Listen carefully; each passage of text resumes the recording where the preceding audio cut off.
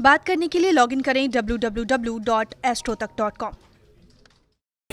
हम आपको आज बताएंगे कि हाथ की रेखाओं को देख करके या हाथ में सूर्य के पर्वत को देख करके आप कैसे जान सकते हैं कि आपके जीवन में सूर्य शुभ है या नहीं है।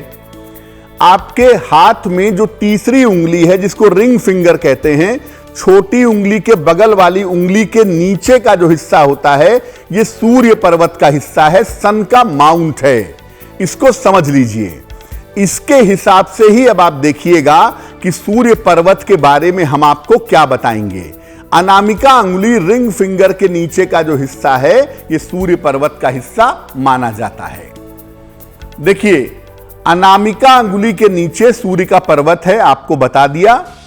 इस स्थान से सूर्य की स्थिति देखी जाती है, यानी आपके जीवन में सूर्य कितना शुभ है, कितना अशुभ है, सूर्य कितना अच्छा परिणाम देगा, नहीं देगा, ये तमाम चीजें आप अनामिका अंगुली के नीचे से सूर्य के पर्वत से जान सकते हैं।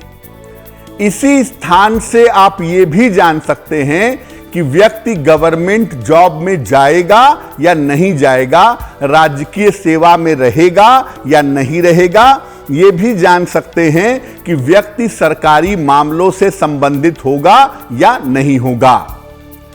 व्यक्ति के जीवन में नाम और यश कितना होगा, पॉपुलैरिटी कितनी होगी, ये आप सूर्य पर्वत से ही जान सकते हैं।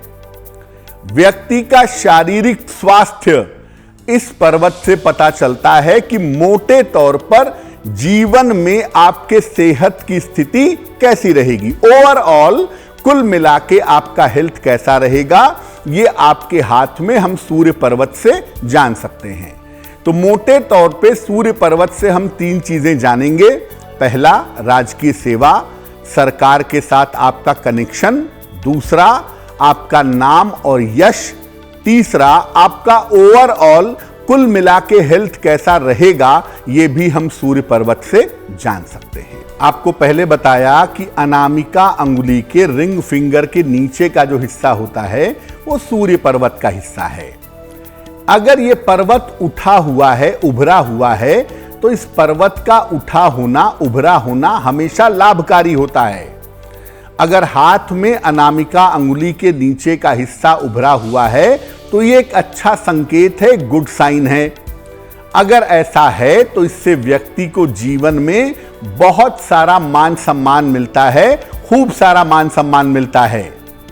अगर इस पर्वत पर एक सीधी रेखा हो, एक सीधी रेखा आपको दिखाई दे रही हो, तो व्यक्ति को राज्य से लाभ होता है, सरकार की तरफ से, गवर्नमेंट की तरफ से लाभ होने की संभावना बन जाती है।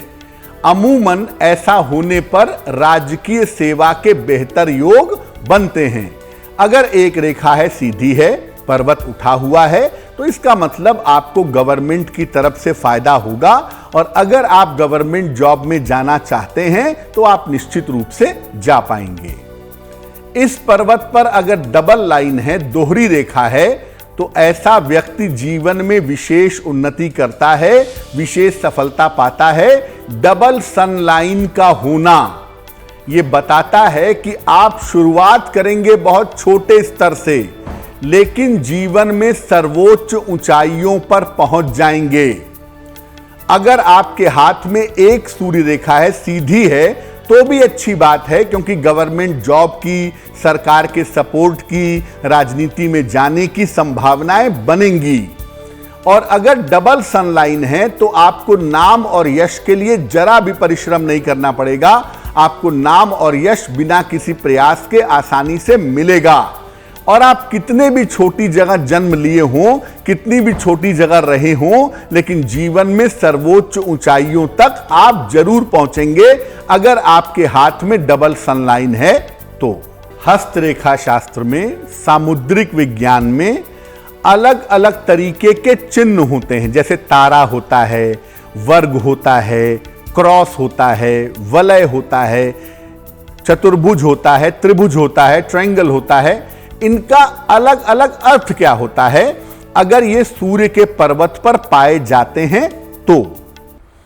देखिए, इस पर्वत पर अगर तिल हो, अगर सूर्य के पर्वत पर तिल आ गया है तो आपको जीवन में अपयश जरूर मिलेगा।